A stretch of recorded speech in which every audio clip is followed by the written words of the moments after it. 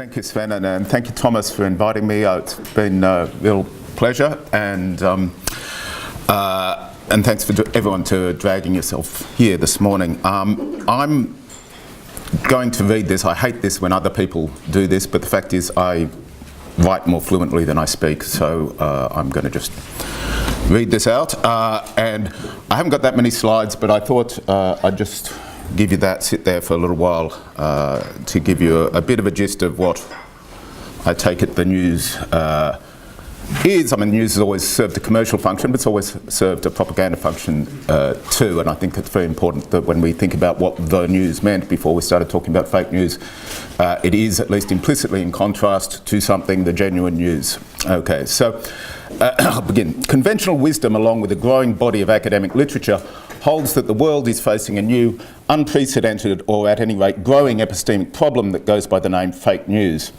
A recent Gallup Knight Foundation poll has found that the majority of Americans consider fake news to be a very serious threat to democracy. I will argue that this is all misguided. There is no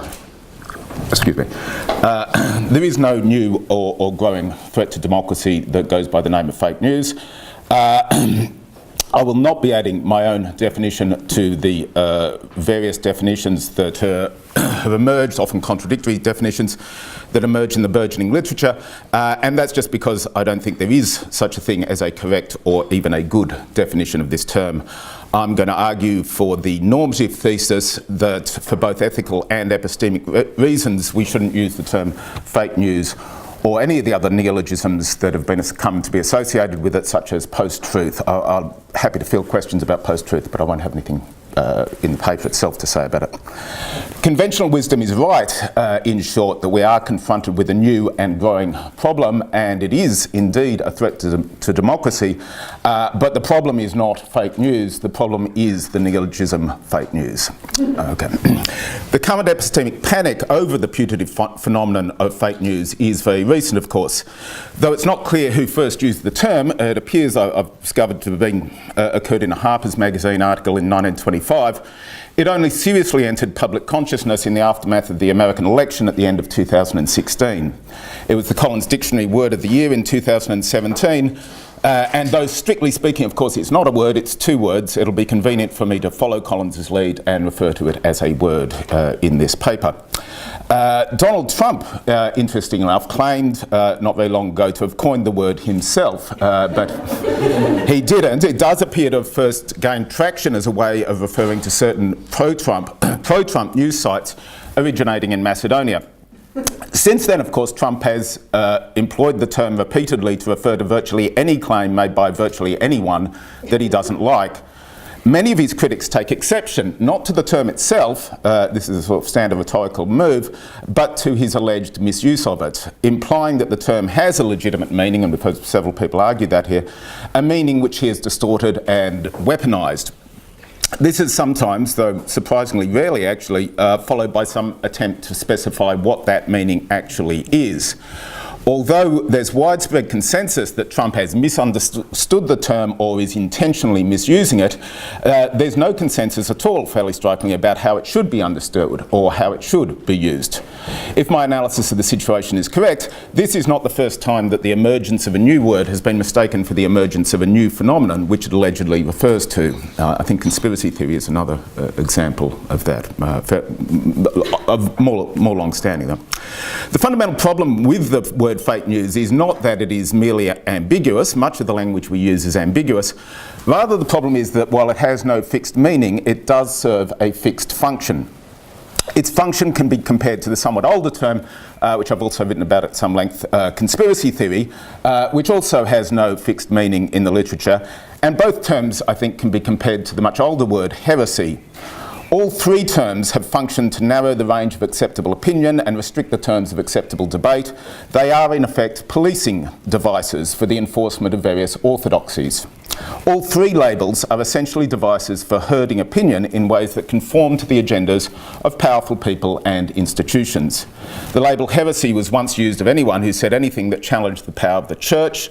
In a similar way, the label fake news is now used of anyone who says anything that challenges the most powerful institutions of our age, nation states and international corporations. In what follows, I will discuss some of the ways in which several nation states and international technology and media corporations have used the term fake news to attempt to narrow debate and marginalise opinions that challenge their power. But before doing so, I want to anticipate an objection to my approach. The objection goes as follows. It's all very well to point out various ways in which the term fake news has been put to pernicious ends, and I'm going to spend a fair amount of time doing that here. But this doesn't show that we should abandon the term, as I say. Rather, it shows that we need to find an unambiguous, precise and rationally justifiable definition of the term. The objector might point out that other terms such as terrorism, propaganda, disinformation, each of which have been used to advance objectionable causes, but each of which arguably can also be used in legitimate ways. Now, in fact, the fact, in short, that these terms have all have a history of being abused, the objection goes, is no reason for abandoning them. Indeed, the fact that they've been abused entails that there is a correct use for them and that we should rise to the challenge of trying to identify it. And this is essentially the line that a lot of speakers here have been running one way or another. And it's also a line, I think, I want to discuss in some depth here, that a group of a dozen social scientists and legal scholars ran in a recent letter to the journal Science. Their letter, this came out just 3 weeks ago now, was headed "The Science of Fake News," and in it they claim that despite Trump's misuse of the term fake news, it should be retained. And they say that, quote, "We cannot shy away from phrases because they've somehow been weaponised. We have to stick to our guns and say that there is a real phenomenon here." And they go on to call on their professions to help, quote, "fix democracy" by studying this new crisis of fake news. Okay. Now, I respond to this objection in 3 ways, and I'll fill it out as I go along. First, I'm just not convinced that any of the words I mentioned before do have legitimate uses: terrorism, propaganda, disinformation, and so on. I think in each case, at least arguably, there is no legitimate use for any of those terms. It'd just be too much of a distraction to get into that here. Second, because the term fake news has only been in popular usage for a very short time and has yet to become deeply entrenched, the goal of consigning it to the dustbins of history is much more realistic, and I think I hope to contribute to that. And fourth, as I hope to make clear, the unsatisfactory nature of extant definitions is not I think, mere happenstance. There are certain criteria that any adequate definition would have to meet, which I think there is good reason to believe that no definition can meet. Okay, so the next thing I want to move into is some of the pernicious uses of the term fake news, because before I argued that there were no legitimate uses either. And they're all from this year, so this is quite recent. Okay, so on January the 9th this year, that didn't work. I've got a German message here.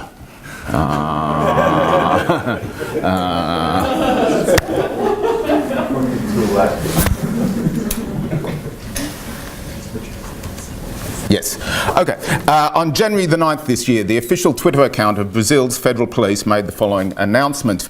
The federal police will begin in the next few days in Brasilia the work of a special group to combat false news during the election process. The program has the objective to identify and punish authors of fake news against or in favour, so that quote didn't figure, favour of various candidates. Now, this is an extremely worrying development. What do the federal police mean by the term fake news? The communication seems to treat fake news as simply a synonym for false news. So the Brazilian state is, in effect, claiming for itself the right to censor any news that it deems to be false and punish anyone, apparently without recourse to the judicial system, whom they judge to be responsible for this false news. The apparent absence of any law that would authorise this censorship regime is no deterrent. As a top police official, Federal Police Director of Investigation and Organised Crime Unit, Eugenio Ricas, has announced that if no new law is enacted to authorise it, it will invoke the archaic law of national security from the former military dictatorship, which made it a felony to, quote, spread rumours that cause panic. Eugenio Ricas went on to say, this was just an interview last week, that this law was too lenient because it only imposes penalties of a few months' imprisonment for distributing false news, and he called that a very low punishment. So this is a very alarming development, I hope you agree, in the world's 5th most populous nation. all the more so given that political opponents of the current regime in Brazil, which came to power by palpably undemocratic means, have recently been imprisoned and in at least one case assassinated, apparently with police collusion.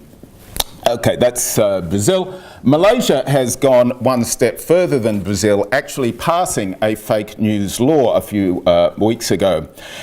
This law bans, quote, any news, information, data and reports which are wholly or partly false. Anyone who falls foul of this law faces up to 6 years in jail and fines that can exceed $100,000 American dollars. Even though the overriding purpose of this law was in fact to prevent Mahathir Mohamad from becoming Prime Minister again, as you may be aware, Mahathir Mohamad is now Prime Minister again, and one of his first acts as Prime Minister was to announce that he will not, after all, be honouring his pledge to repeal this law. It's worth noting that people are currently in jail in Malaysia as a result of this law, and that people have already been charged under this law for insulting Mahathir Mohamad. It's a salutary reminder, in what's happened in Malaysia in the last few weeks, of the unforeseen consequences of censorship regimes of all kinds, and in particular of the way that they can be used to turn the tables on their authors. In April this year, the Indian government's Ministry of Information, so that's getting ahead of ourselves a bit, the Indian government's Ministry of Information and Broadcasting announced that it would penalise journalists who spread, quote, fake news, a term that it did not define. Fortunately, the government backed down later that same day after widespread outrage from India's fourth estate. In the last few months, at least 3 African countries, Uganda, Tanzania and Kenya, have passed laws criminalising the spread of fake news. In each case, the term is not defined. In each case, there are lengthy prison terms for offenders. Lest you think that this is only a problem in the developing world, where basic rights such as freedom of the press and freedom of speech are particularly vulnerable, I'll turn our attention to the 3 most powerful European countries, each of which are at various stages in the process of trying to censor political speech under the pretext of stopping so-called fake news. The first such attempt occurred here in Germany, which last June passed a law which I will not attempt to pronounce. I'll just call it the Network Enforcement Act, English equivalent, which compels social media platforms to remove certain postings deemed to be either hate speech, which I think is another dubious term of art, or fake news. As a result of this new law, Twitter has suspended the account of a satirical magazine for making fun of a racist politician. Facebook has suspended the account of a Jewish group for posting a video of a man receiving anti-Semitic abuse, and YouTube has removed a Project Syndicate video examining the revival of Holocaust revisionism. The man behind the German censorship regime is Heiko Maas, Germany's former justice minister, who rushed it into law in just 6 months so that it would be in place for the recent German elections. This has meant that has, fortunately I think, been ill thought out. I think it would be worse if it had been better thought out. And that many of its consequences to date have, as a result, been more farcical than tragic. For example, Twitter deleted one of Maas's own tweets after people complained about him calling an anti-immigrant author an idiot. Having one's tweet deleted, of course, or one's social media account suspended are fairly mild punishments compared to being the ones we've seen in other countries of people being imprisoned.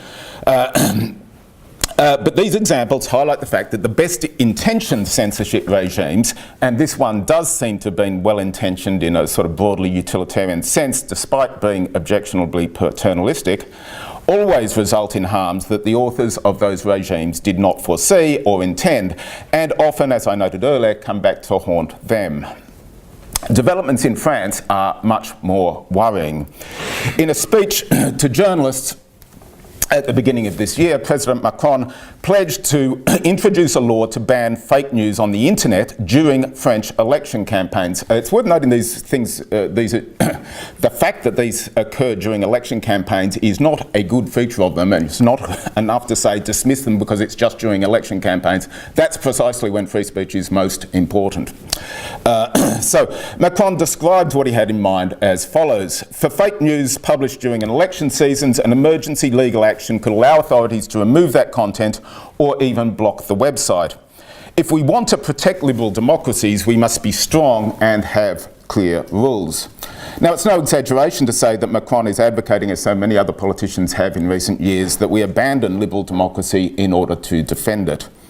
though this law has not yet passed, or even last time I checked, been drafted, there seems little doubt, given Macron's party's large legislative majority, that it will. This is a particularly worrying development because of Macron's record of hostility to attempts by members of the French press to do their job. I've got lots of stuff you can read on that if you're interested. But that's not really the most important point.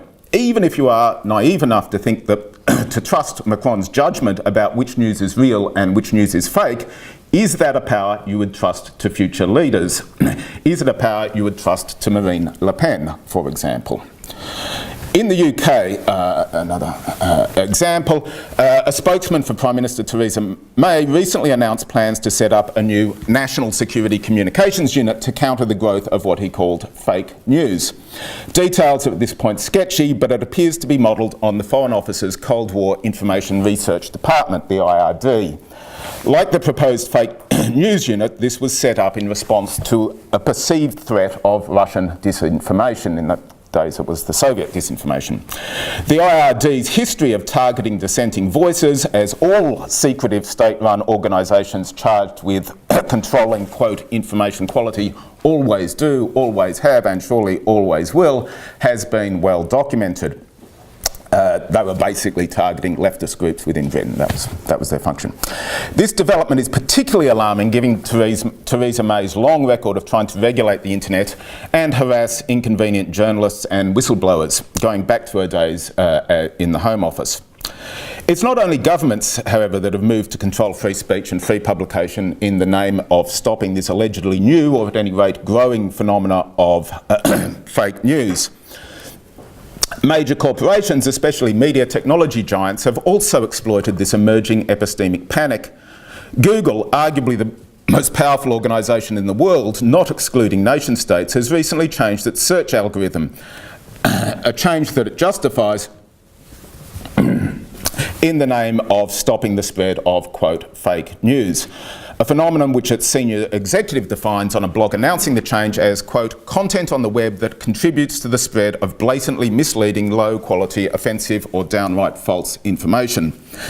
He doesn't consider the idea that it should be Google's customers, i.e. virtually everyone with internet access in the world, rather than secret algorithms that should be determining what is blatantly misleading, low quality, offensive or downright false. Since this is a recent development and the details of the new algorithm are themselves secret, it's hard to assess its impact at this stage. However, there is emerging evidence that, not surprisingly, the new algorithm favours institutions over individuals and large institutions over smaller institutions. Also unsurprising is the fact that the change appears to have dramatically affected the flow of traffic to independent news outlets, i.e. outlets that are most likely to be named fake news by the authorities. Outlets, that is, that are independent of nation states and global corporations such as Alternet, which has had a dramatic decline in traffic, Truthout, Consortium News and the World Socialist website, all of which have seen in the last few weeks dramatic declines in traffic, which appears to be a result of this change to the Google algorithm. This appears to be a clear attack on the democratic and egalitarian ideals of the World Wide Web and of the internet itself. It's worth noting, I think just in pause here, that when people talk about the old news model, they tend to start talking about ideals and say, you know, how it actually operated is not the point. The internet itself was founded with ideals. The World Wide Web was founded with ideals, and actually I think they were much better ideals than any that mainstream media ever had. Okay, another example. Facebook, the largest social media corporation in the world, has also predictably jumped on board. It's responded to the fake news hysteria by making it harder for its 2 billion or so users to see any news at all. According to the New York Times, at least, this has helped the spread, at least in some countries, of fake news, as users find it harder to check the claims they encounter online because they're just getting less news. Though it's worth noting the New York Times story does not say what it means by fake news in that article. Okay, my final example of the harms caused by the neologism fake news comes from the revered Washington Post. It's true that the Post is not itself an international corporation like Google or Facebook, but it is owned by Jeff Bezos, who's founder, chairman and chief executive officer of Amazon. On November the 24th, 2016, the Washington Post published an article by Craig Timberg headlined "Russian Propaganda Efforts Helped Spread Fake News During Election, Experts Say." The experts referred to in the title are a group of unnamed people who run a shadowy website called Prop or Not. This website has compiled a list of over 200 allegedly fake news outlets. Well-known websites that make the list include WikiLeaks, The Drudge Report, left-wing websites such as Truth Out, Black Agenda Report, Truth Dig, Naked Capitalism, and libertarian websites such as antiwar.com and the Ron Paul Institute. The putative experts who've identified these sites as purveyors of fake news are not named by the Post, and we're told nothing about them except that they are, quote, a collection of researchers with foreign policy, military and technology backgrounds. What does Prop or Not, or for that matter Washington Post, mean by the term fake news? Neither of them say. Though Prop or Not make it clear that the only kind of fake news, or so-called fake news that concerns them, is that which helps Vladimir Putin's propaganda efforts by being critical of NATO expansion or US foreign policy more generally. It describes its criteria for inclusion on its fake news blacklist as, quote, behavioural and, quote, motivation agnostic. In other words, you don't have to actually be engaged in intentional Russian propaganda to make this list. It's enough that you are, quote, one of Putin's useful idiots. So what is a reader to make of this? Are we really expected to accept the authority of the Washington Post that virtually every popular internet news source in the English-speaking world that challenges the foreign policy orthodoxies of the Washington Beltway can safely be dismissed as fake news on the basis of claims by putative experts who refuse to be identified? I think to ask the question in that form is no, obviously. It's worth remembering that this is the same newspaper now leading the campaign against the so-called fake news epidemic that published an article back in September 2016 which seriously considers the possibility that Hillary Clinton collapsed on 9/11 day because she'd been poisoned by Vladimir Putin, and which has recently published a series of sensationalist and false stories about alleged Russian attacks on the American way of life. Do these false stories mean that the Washington... I've got some lists there if you want to look them up. Do these false stories mean that the Washington Post is itself a fake news source? As we'll see, that depends a lot on how we define fake news. Many definitions require fake news to be not merely false, but intentionally false, and that's a theme that's come up here many times. And I suspect it's more likely that the Post is being recklessly careless with respect to the truth of these news items, rather than actually engaging in deliberate deception, just as it, along with many other conventional news outlets, was probably recklessly careless with respect to the truth of numerous false stories it published about the previous alleged threat, which was Iraq, of course, in the lead up to the 2003 invasion. But whatever the motives, the effects of these false stories are indistinguishable from those you get from whatever you regard as fake news. The false claims travel widely across the internet, deceiving huge numbers of people into believing them. The propagators of the falsehoods profit from it, and there appears to be no accountability of the kind that would give them an incentive not to repeat the behaviour. It's true that in several of these cases, though not all of them, the Post ultimately corrected at least most of the falsehoods in question, but its retractions were not given anything like the prominence of the original articles themselves, and were certainly seen by many fewer people than the original stories. What is more, these retractions do not distinguish the Post from the kinds of news sources that it characterises as fake news, which also sometimes retract false stories. The most notorious example of a fake news source is the Denver Guardian, which became a sort of paradigm in the rhetoric of fake news after it published a notoriously false story called FBI agent suspected in Hillary email found dead in apparent murder-suicide. It ended up retracting the story as well, incidentally, and most people thought that, I think correctly, was no excuse for publishing it in the first place, and certainly didn't undermine the damage it had done. So does the Post's repeated recklessness with regard to the truth really mark a morally or epistemically relevant distinction between it and what is presumably the straight-out lie of the Denver Guardian? Perhaps, but it's not necessarily a distinction that works in the Post's favour. If the Post is guilty of bullshitting, that is, of being indifferent to the truth of its reports rather than actual lying, Harry Frankfurt at least would say that that makes it worse. There's Harry Frankfurt, wise words on bullshitting. Someone who lies and someone who tells the truth, he says, are playing on opposite sides, so to speak, in the same game. Each responds to the facts as he understands them, although the response of the one is guided by the authority of the truth, while the response of the other defies the authority and refuses to meet its demands. The bullshitter ignores these demands altogether. He does not reject the authority as the liar does and oppose himself to it. He pays no attention to it at all. And by virtue of this, the bullshit is a greater enemy of truth than lies are.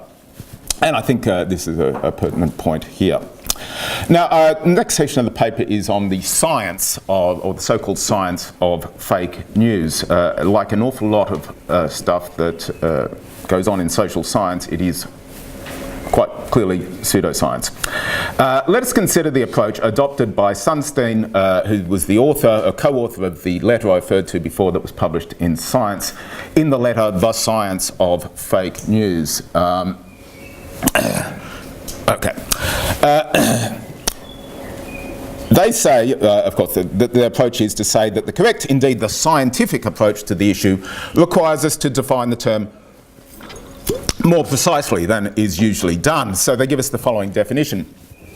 And this is the definition that appears in the paper. We define fake news to be fabricated information that mimics news media content in form but not in organisational process or intent. Fake news outlets in turn lack the news media's editorial norms and processes for ensuring the accuracy and credibility of information. And it's worth noting they also give a sort of paradigmatic definition here. They say it's news that is not similar to the Washington Post. And also the Wall Street Journal, a notorious Murdoch rag, incidentally, so it's news that is unlike them. What are the editorials, quote, editorial norms and processes that are said to characterise the presumably real, non-fake media? The authors deliver a brief history lesson about this, according to which journalistic norms of, quote, objectivity and balance developed after the First World War as a backlash against the widespread use of propaganda, including by the journalists who later embraced these norms, and the rise of corporate public relations, oddly enough, in the 1920s. These norms, they go on to say, I'm going to be attacking this version of history, which I think is nonsense, but these norms, they go on to say, were sustained by the local and, quote, national oligopolies of the 20th century technologies of information, distribution, print and broadcast. Now, in the 21st century, we are warned, these norms are being undermined by internet-driven fake news. So what does Sunstein et al. Mean by these norms of objectivity and balance? Strikingly enough, they don't tell us, yet neither of these terms exactly wears its meaning on its sleeve. And the word objectivity is one which has particularly bedeviled philosophy, and we should not be simply using it uncritically. Sometimes the word objectivity is simply used as a synonym for truth, but that is obviously not what it means here. It simply wouldn't be credible to maintain that the norm of truth only gained traction in the media after the First World War. A nice illustration of why the norm of, quote, objectivity and balance as it is interpreted by corporate and state-run media should not be regarded as a means of acquiring truth can be seen in its reaction to a 2016 column by National Public Radio broadcaster, journalist Cokie Roberts, in which she warned of the dangers of a Trump presidency. Trump was at this time running as a Republican for the Republican nomination. This led NPR Vice President Michael Oreskes to write an internal memo to staff warning them not to criticise Trump and specifically warning them not to say when they thought Trump said something was false, said something which they judged to be false. Okay. And in an interview that Oreskes directed Cokie Roberts to do with Morning Edition about the matter, host David Green chastised Roberts for expressing negative views of Trump in the following terms. Objectivity is so fundamental to what we do can you blame people like me for being a little disappointed to hear you come out and take a personal position on something like this in a campaign? And Cokie Roberts was chastised, apologised, essentially forced to issue a retraction. Now, this abdication of the fundamental principle of journalism that one should speak the truth, especially in the face of power, for the sake of objectivity, understood here as political neutrality between the major parties or candidates, is not new. Though it is, as we see, not nearly as old as Sunstein et al. Think. It's actually about 38 years old. Doesn't go back to the First World War at all. It was particularly evident during the Bush presidency, when every large media outlet in America and many outside America suppressed criticism of torture and other well-documented war crimes in the name of objectivity. Particularly infamous were the explicit policies of outlets like NPR, Washington Post and the New York Times, each of which took an explicit policy of not using the word torture for practices which had universally been recognised as such and which continued to be described by torture by these same media outlets when used by enemies of the United States.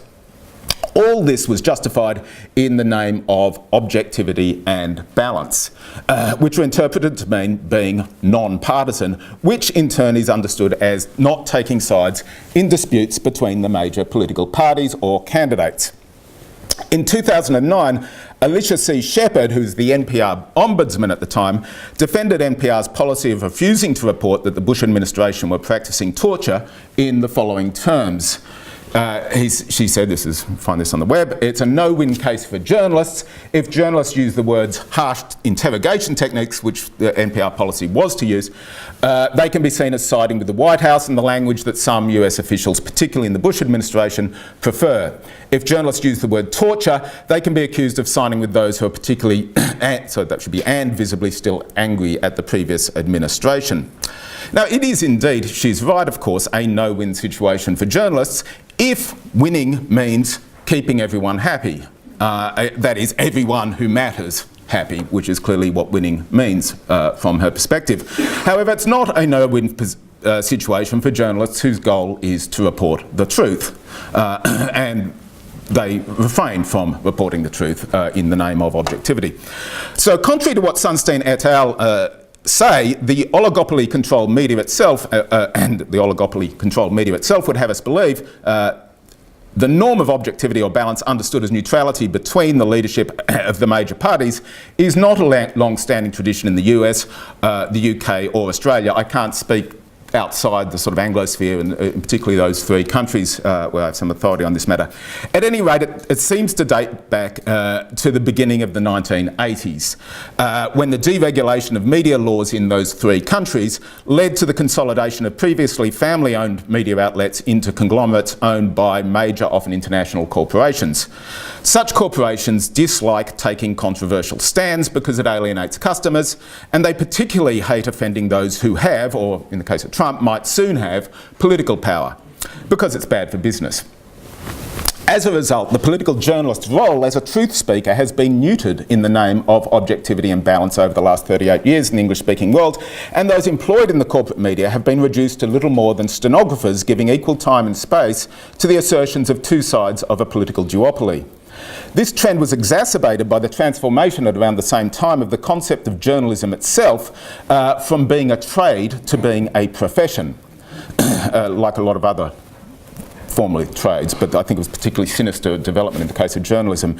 And what happened then was it was accompanied by professional codes of ethics, which, if you look them up, reinforced this idea that they should practice objectivity or balance, understood as neutrality between the major political parties. All of this, it needs to be emphasised, predated the internet. Okay, this is a very widespread tendency to blame these things on the internet. All of this happened before the internet. The fact that objectivity or balance understood as neutrality is not the long-standing tradition that its advocates like to pretend is detailed, at least in the case of American journalism, in an excellent book called Muckraking, The Journalism That Changed America by Judith and William Seven, That openly and proudly partisan journalism in mainstream media outlets thrived well past the middle of the 20th century is evident from the fact that the most honoured American journalists of the 20th century, Edwin R. Murrow and Walter Cronkite, are best known for their most openly partisan work. Murrow for denouncing Senator Joseph McCarthy in the 50s and Cronkite for denouncing the Vietnam War in the 60s. There can be no doubt at all that both of these honoured journalists would have been fired in today's corporate or publicly owned media for similar acts. So much for the media norms that Sunstein et al. Favour. What do they mean by the practices? Remember, it was practices and norms that fake media allegedly ignored. The only practice they refer to is the practice of fact-checking. Now, it's certainly true that the kind of small independent news sources that are most likely to be labelled fake news are usually unable to employ specialised fact-checkers. But it would be too hasty to conclude from this that reports of the latter are more likely to be true. In the first place, their reports are less likely to be true. In the first place, corporate and state media have always exaggerated the role fact-checkers play in their reporting. The long-standing, quote, guidelines on integrity for the New York Times have stated for the last several decades, certainly, that, quote, writers at the Times are their own principal fact-checkers and often their only ones. And that predates the internet too, incidentally. It's certainly true that competition from the internet has led several large media companies to lay off fact-checkers along with other staff, but this does not mean that fact-checking has gone away. On the contrary, it is enjoying a remarkable renaissance. A number of organisations such as PolitiFact and Scopes in the United States and other organisations in other countries have emerged in recent years, and similar organisations have appeared. I'll skip that section. Running out of time a bit here. This new form of fact-checking differs from the old in at least two significant ways. First, the old fact-checkers evaluated information in their own publications. The grand tradition of big media fact-checking was actually less about ethical commitment to the truth than it was about minimising the dangers of expensive defamation suits and negative publicity. By contrast, the new fact-checkers are assessing the claims of others in other publications, and those usually of politicians. Second, the old fact-checkers were working behind the scenes prior to publication. The public would only be aware of their work if they made a mistake, and it became public that it was a mistake.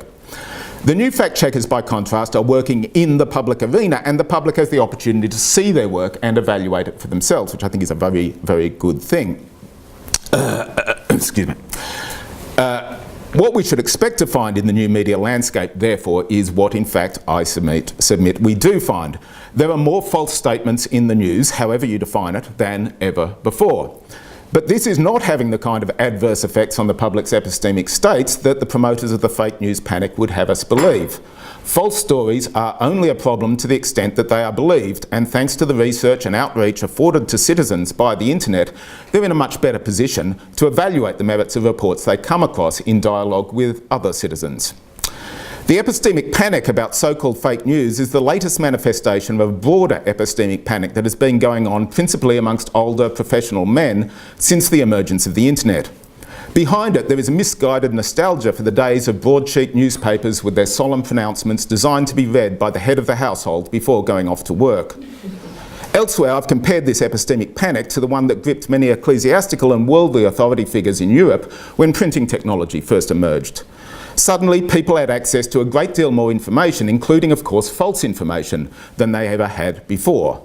And as a result, people were less likely to believe what authority figures told them, and as a result, less likely to do what authority figures told them to do. There's no doubt that people now have access to more false statements presented as news than they ever have in the past. But for two reasons, I see no reason to panic about this. First, as I've already indicated, people now have more resources available to them to evaluate the veracity of information that they come across. The merchants of panic treat people as if they're entirely passive in the face of what they're told. This is particularly endemic in social science literature, and people like Sunstein and so on. This is what makes Sunstein et al.'s agenda of, in their own words, quote, making structural changes aimed at preventing exposure of individuals to fake news so profoundly authoritarian and sinister.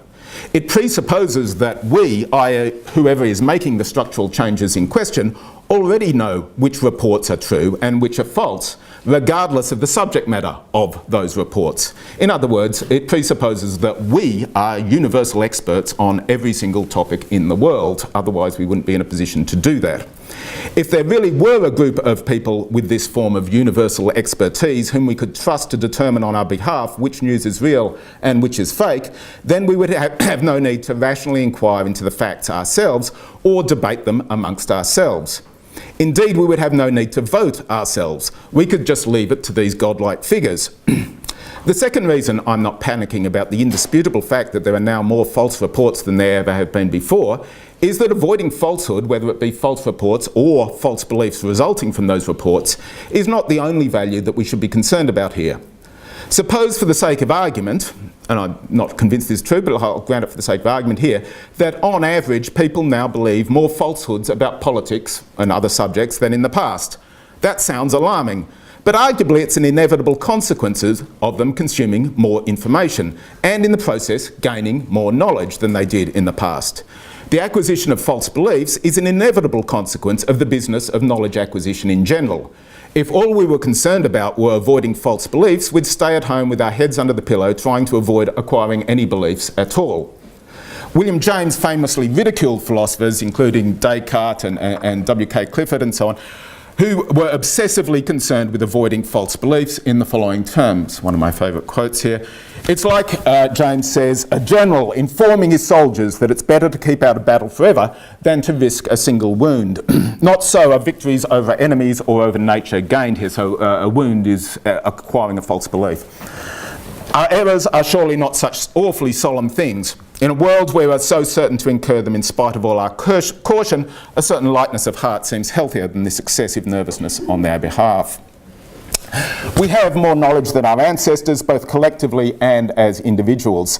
An inevitable corollary of this is that we now almost certainly have more false beliefs than they. The expansion of our knowledge is in part a result of us not being overly concerned about false beliefs. That's part of the price we pay, and it seems to me that it's been a price worth paying. So in conclusion, almost all of the pernicious uses of the term fake news I've been discussing have been driven by fears of the Russian state using the internet to interfere with Western political systems. That was the case in all three of the European powers, the Google, the Facebook and so on. And it was used as a pretext in Brazil too, incidentally. This is usually driven by people who blame Putin for Trump's rise to power and seem to regard Trump as some sort of Manchurian candidate, even though Trump has had demonstrably much more anti-Russian foreign policy than Obama did. It's worth remembering in the midst of all this hysteria that only a very small percentage of American adults get their news from social media. And most Americans, especially the older ones who are more likely to vote for Trump, get their news from television, where they're more likely to be influenced by a much older and entirely homegrown brand of disinformation. Since Trump was elected, establishment Democrats in the US and their allies around the world have used the fake news scare as a distraction from the disastrous Democratic election campaign and as a way of avoiding dealing with the profound degeneration of the American polity that allowed a demagogue like Trump to rise to power.